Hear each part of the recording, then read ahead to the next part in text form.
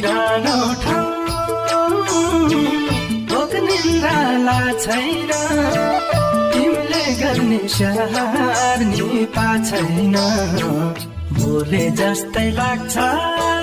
तिम्रै बोली सुन्छु आँखा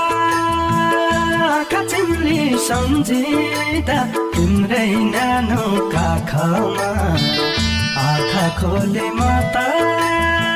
एक्लै